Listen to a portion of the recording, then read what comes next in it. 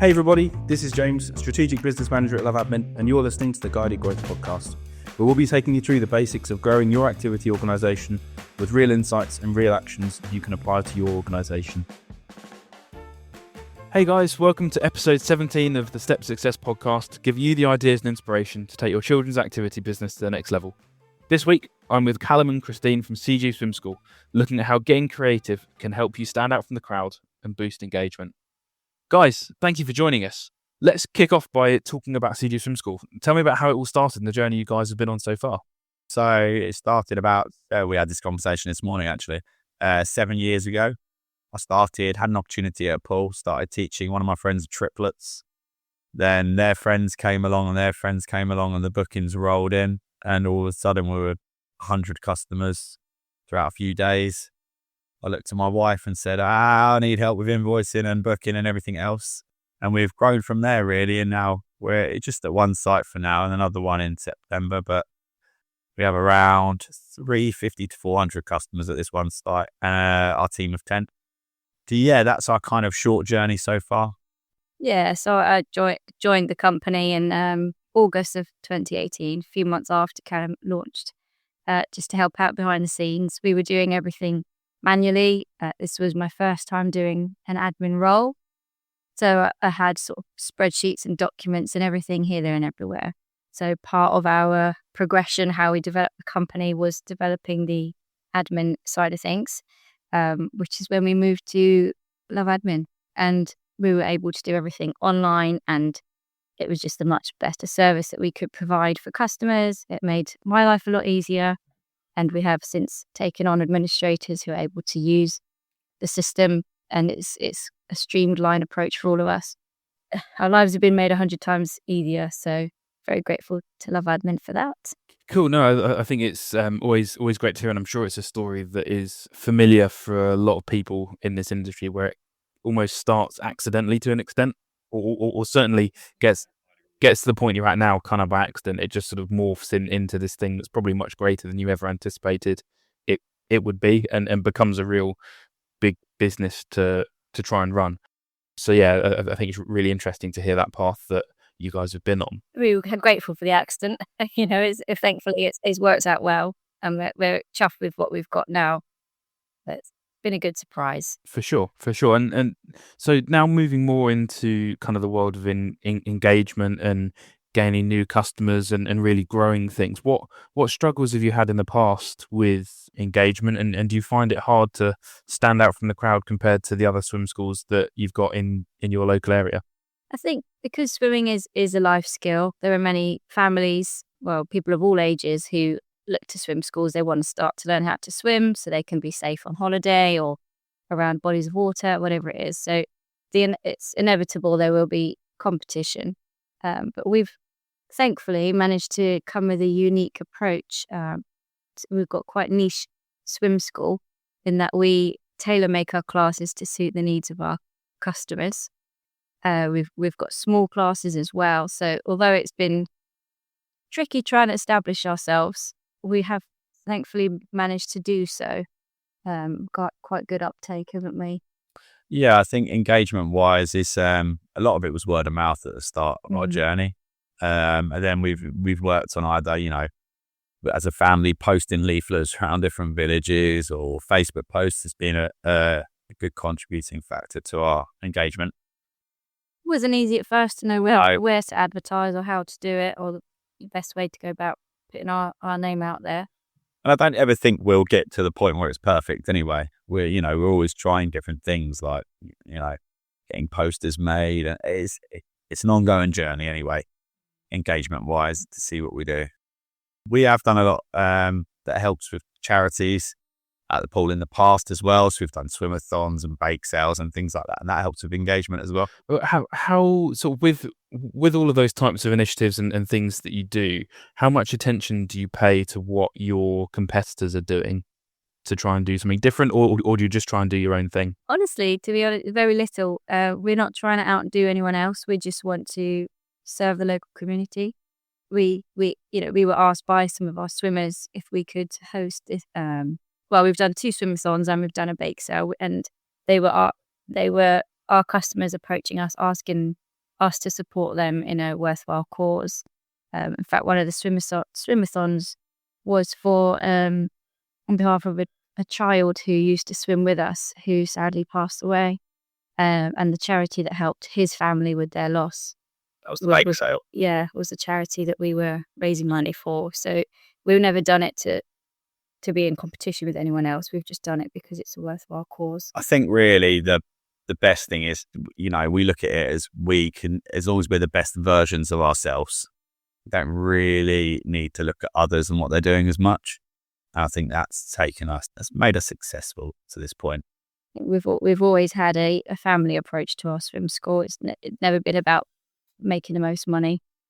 Obviously, we need money to get by. That's an element of it, but it's never been the figures that's driven our decisions. It's how can we provide a service that people want, and how can we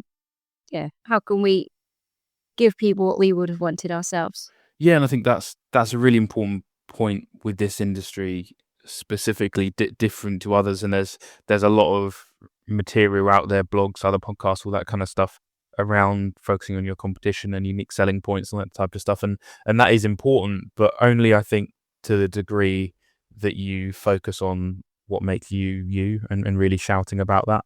I think, building an engagement strategy around either highlighting the flaws in others or just trying to do something that's different purely because it's not what other people do, can make you not as authentic as you should be. And certainly, having worked with you guys for the past few months and seeing even in that short time the work that you've done, authenticity is really, really clear to see. The images, Calum, of you wearing a mermaid's tail will live forever in my memory. That, I think, is a really, really important really important point to kind of take away from that. In terms of implementing, and when we touched upon the Mer World experience a little bit there, and we'll come more onto that later, but do you think there's anything that sort of holds you back when it comes to implementing a radical idea or an innovation that you kind of feel might be right, but is a bit of a risk? We've got the luxury of a pool that we have 24/7 on one of our sites, and we use it all the time. So we do have new ideas. It's that the things we struggle with normally are, when are we going to do them? We're full our classes are full Monday to Sunday. We have a short amount of time to put new ideas in. Also, the pools that we work in, the things that sometimes you want to implement, you need bigger, deeper pools, but then you lose out on what makes us, which is a nice, warm, inviting pool. So you don't get the warmth in bigger pools. So that would be one of the things that would hold us back. But in general, I think new ideas, we kind of go, I quite like that. Let's go for it. And if it doesn't work, it doesn't work. If it works, it works. We've done our aqua size recently. That was a new idea. It's worked great on the evening classes. Our morning classes haven't picked up yet. So that would be a little bit of a struggle into implementing that at the moment. I think in general, if we've got no ideas, we go for them. And if we can't, we don't see them as failures. We see them as we've had a go at it and it's not quite worked. Well, I'd say it's about finding the right staff, though. So we used to hold prenatal classes. We had a teacher who was amazing at sort of offering the classes for pregnant or expectant mothers, and it was a great success. And we were really proud of being able to offer them. But then she decided to stop running them to follow a different line of work, and so we had to stop the lessons because we couldn't find a suitable alternative person to run them. So that is a bit of a stumbling block if you can't find the right person for the job. But massively agreeing with that. Yeah, we've got a great team there, so we're really grateful for them. Yeah, I think that people element, particularly with children's activities, swimming, gymnastics, dance, all that type of stuff, it's so reliant on the instructors delivering the sessions. And one thing I always focus on, and this sort of covers both this topic of new classes and being creative, but wider ranging stuff as well, is having that pipeline of talent, that pipeline of people who are undergoing training courses to backfill those risky positions where you've just got one person delivering a particular skill. You always need to make sure in an ideal world have 2 people, 3 people who are able deliver those sessions, so that you don't have to cancel things off. Like similar with the aqua size, I remember back in the good old days when I used to manage in a famous health club, who shall remain nameless. We always made sure that we had aqua instructors coming out of our ears, because So you never got up and did it, James? there was no video footage taken of it. Let's put it that way. It was surprisingly fully booked on that day. But yeah, that will forever stay lodged in my memory as well, sadly. But yeah, I think making sure you've always got qualified people and you've always got those development pathways for people to upskill and learn new skills and get involved in your innovations, I think is really, really important. Because if your team buy into it, then it's more likely to be successful, because it's the coaches on the front line who bring people to sessions. So with the aqua size, if we kind of focus on that one, because I know that's one that we started with a discussion, I think that we had a few months ago, and is now sort of transformed into a thing.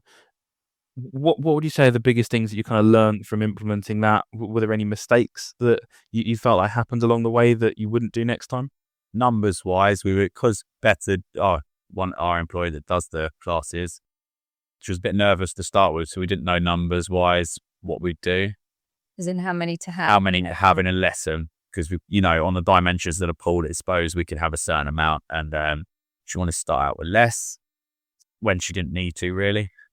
I think advertising as well and hitting the right markets. I think timing wise is a big thing for Aquasize, and targeting groups of people that would be interested in it instead of targeting a whole audience.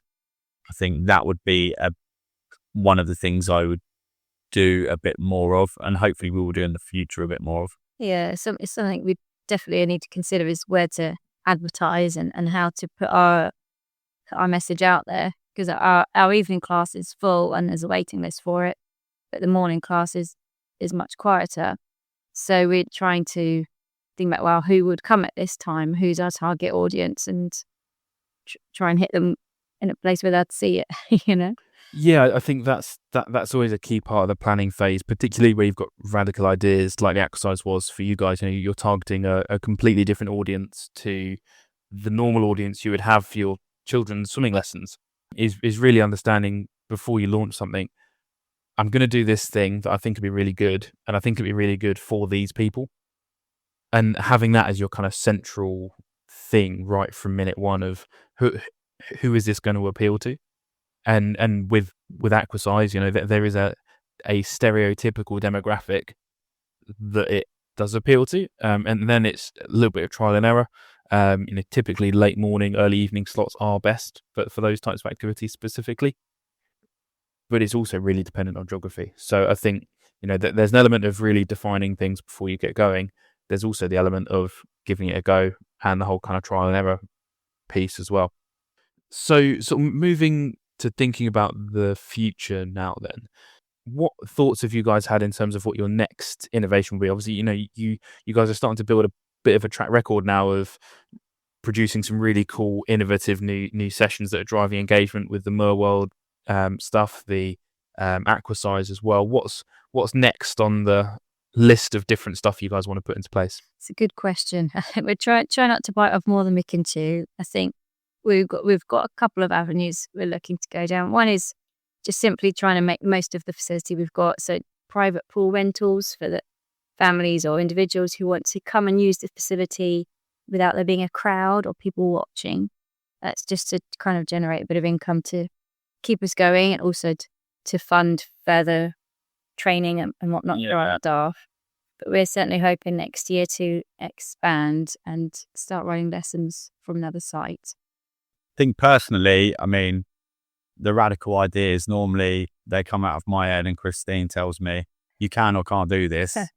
I've seen some awesome stuff. I want to do some stuff in the summer holidays with the kids. So like the underwater snorkeling, where they go underneath and they've got the little machines. I'd like to do lots of different kids activities in the summer holidays to really enhance our pool, bring more money into the pool, but also create a real fun summer holiday aspect, especially in August, because we don't run our standard lessons in August. So we're going to be looking at exploring that more after Christmas in the lead up to August. But yeah, I've got to see what's doable and what's not. Yeah.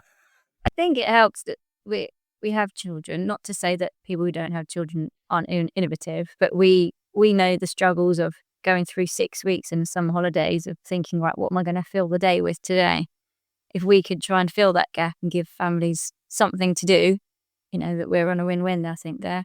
That's why we started the Mer World experience. Yeah. Our daughter's now 12, but when she was 6, she was obsessed with mermaids. And we thought, well, how can we do something fun for you? And that's how it all began. It's all kind of there've been things that are close to our hearts, close to home. Thinking what would we appreciate and how can we help others also in the same boat? Yeah, I think that's always a good place to start. Is by at least guaranteeing that one person is going to like it, because the likelihood is if one person likes it, other people will as well. I definitely agree that summer holidays are a really great opportunity to take advantage of, both from a sort of revenue kind of commercial point of view, but also from an engagement point of view as well. Summer holidays are ridiculously competitive for activities and that type of thing, and there's a whole load of competition, not just from other swim schools, but every other activity provider is going to be putting on something for the summer holidays, because it's 6 weeks where kids aren't at school and they need something to stop them from climbing up the walls. So I think getting something right is really important, rather than just putting any old stuff on. And there are sort of two golden rules that I have with summer holidays that I always sort of suggest to any club that's looking to start is go early. You want to be the first person, because they're probably going to be abroad for a week during the summer holidays. They're probably going to be with family for another week, maybe 2. So that leaves you with 3 weeks where they're going to need stuff to do. So they're going to make 3 bookings probably during that time. There's going to be 30 or 40 different providers. So you need to be in the top 3 of those 30 or 40 providers in your local area, winning that booking for that individual. And to do that, you really need to stand out and also be available when they're looking, because they want to nail stuff down. They want to nail the summer holidays down early.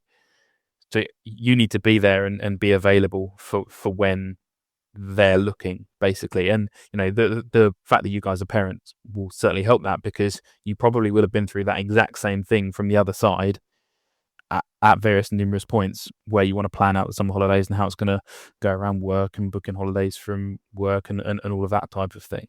And the other thing that kind of bleeds into that as well with going early is having a really strong creative proposition that's different. And this is probably the one time where I would also look at what others are doing. Obviously, you want to be authentic to yourselves, but you want to make sure that what you're doing isn't just come and do some summer swimming lessons and we've got an inflatable palm tree and that's it, because actually that's not engaging.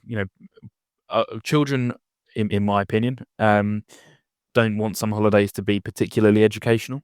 They want to have fun. It's the holiday. They're not at school. They want to have fun with their friends and they want to do cool stuff.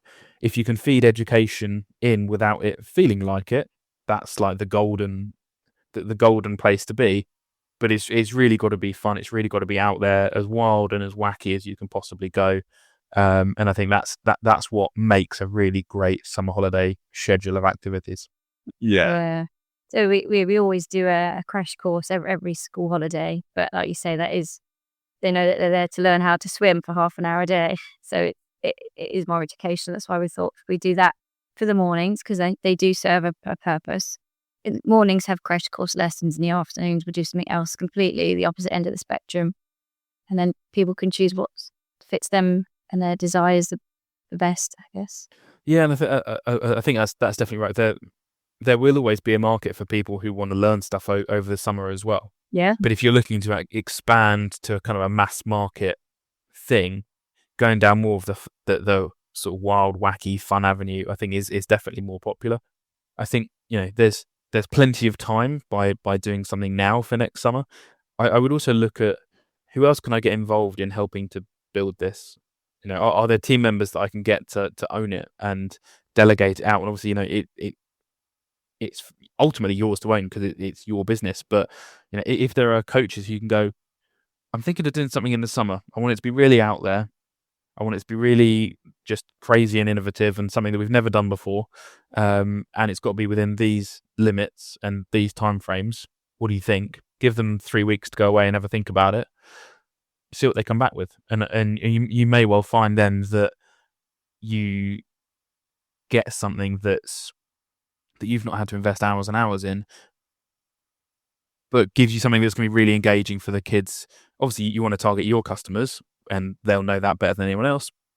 But that should also then draw in other people who aren't your customers to still come along and join those sessions. Yeah. So we have recently reached out to our team to see who would like to take on our social media management, because we've realised, we can't be good at everything. And I think, absolutely, as you say, it's not necessarily doing it all ourselves, because somebody could do it better. So yeah, I think using our team is a big thing that we are looking into a lot more in the next. Well, we have done, and we're looking forward to doing that a lot more instead of putting the weight on our shoulders a lot more. But I think that's something you learn as you go along. I mean, we're not business people per se, but like we said at the start of our journey, we're learning things as we go along. And I think using our team's a big thing. So yeah, summer holiday fun. We've got some young staff now, so it'd be good to get some ideas from them and see where we go. I've got lots of things planned, James. Don't worry. Having seen your camera roll, I don't doubt it at all. So yeah, I think that combination is really, really important for you guys, but also on a wider scale to others in the industry as well, where you're obviously like the principal fountain of inspiration for stuff, because you've got it to where it is now. But delegating out that inspiration within the framework that you want the business to stand for, I think is a great next step when things start getting to the size and scale that you're at now. Obviously with the second pool reopening again next year, that's going to bring a whole nother scale of things as well. Best way to describe it, and I use this expression to death really, is freedom within a framework. And for you as business owners, it is for you to set that framework of, this is what we stand for. I've got all of these ideas. I just need someone to own them and actually turn them into a fully rounded thing, because I've got this huge organization to run. And that's where you can then leverage the power of that enthusiasm of young coaches who are up for doing something fun, up for doing something different. And you can really kind of supercharge that innovation and boosting that engagement. Yeah. You're right there. But it is also something that develops over time. As you guys say, you're not business people. You're people with a passion that has grown because the passion is something that's shared with others. So, developing that ability to actually go, you know what, I've got this idea, you go and do it, is quite a scary thing to go and do. Yeah, it is. I think it's been very hard. Well, it was harder at the beginning to sort of relinquish a bit of responsibility as we've taken on more and more members of staff, or people have come and gone over the last 7 years. It's been hard to sort of say, our company's reputation is based on somebody else's teaching, or their customer service experience, rather than all on our shoulders. It feels like it was. I think we've got better at it over time, but at the start, it's hard to take on other people's point of view. But I think now you realise actually their views are just as valuable, if not more, because they're seeing things from outside of our point of view, and seeing things through fresh eyes is important to keep you on your toes, keep things moving along. Yeah, I think definitely when it comes to kind of the more radical end of things, when you're looking to introduce something that you might have never done before or is really out there and really innovative, if you're doing it all yourself, that kind of feels a bit safer. Yeah. Massively safer, yeah. I'd agree with that, James. It does keep you safer, like the Mer World and the other things. You do feel safe, like this aqua size we have introduced. It's been completed by another staff member. Our office admin have kind of pushed it. I've stayed out of the way, and it's the first thing at our swim school in 7 years that I've stayed out of the way and gone, you do it. And how's that felt? A little bit daunting, to be honest, because wife will tell you, when I'm in the pool, and I struggle with training teachers because I like to do things myself. I think that's what we're talking about, is giving that responsibilities to others. Is I find that tricky personally, just because I've been doing it so long, and I get not selfishly think I'm better than you. It's I've been doing this is mine. I'll just do this. I'll do this, and I sometimes don't let others do it, basically. So I think it's a control thing, really. I think when you've got your own company and it's yours and you do new things, you think, yes, it is massively safe and I feel comfortable doing it. When others do it, you think, eek, what could go wrong? It's still my responsibility, but it's not in my hands. Has your mindset on that changed now that the Aquasize is live and by all accounts is pretty successful? Do you think that's influenced your thought process for the future? Yes, to a certain extent. I mean, it's not my specialty, so I was nervous, but not about it.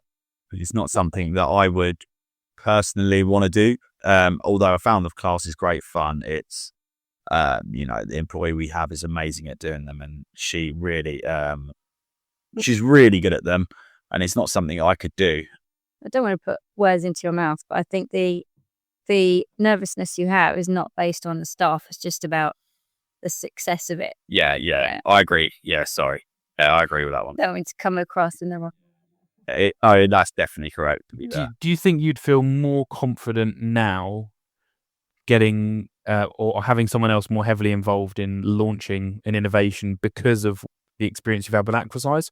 Or do you think you would still have a similar level of reservation and kind of fear in the future? It's a really good question. I think I'd be more at ease. I don't think I'd ever be at ease with it. I'd still be nervous about new things going on without me being in control or in charge of them. But I would feel more at ease, I think, now, seeing how Aquasize has gone. So I feel quite different, I suppose. I feel very comfortable with other people having a go. Because I think that's what we want to do is people to feel like they can have a say, and they can, if they've got an idea and they want to run with it, we want them to know that they have our support and that we trust them to do it. Yeah, it's always hard putting trust in other people, but equally, why shouldn't we? Like you say, everything along the way we've learned from experience, and we'll continue to do so. Yeah, I think that's the best way to grow confidence, is by trying stuff, getting to sort of 80% of your comfortable limit, doing it, and then allowing that comfortable limit to grow. So you're always at 80%, but that 80% is a bigger thing, because your overall confidence is growing as you get more and more successes. And I know, just from the time that we've spent and the sessions that we've had, launching the Aquasize and working on some other bits as well, I think that process hopefully has been helpful in getting things to fruition. And yeah, I'm really excited to see what the future holds for you guys. And I think, with those developments in terms of getting the team involved and staying authentic to what you guys do best is going to yield some really great results. Of course, yeah. I think you can't stay in your comfort zone, otherwise things never change or move forward. So. Yeah, no, for sure. Well, thank you very much for your time today, guys. It's been a really, really interesting discussion. I'm sure people will have a lot to learn from the way you guys have done things, and certainly be inspired by the approach that you guys have taken whilst also doing it in a really, really authentic way. So no, it's been really great to chat with you. Do keep a listen out for our next Steps to Success podcast, which will come out next month, and we will see you again soon. Thank you very much. Bye-bye. Cheers, James.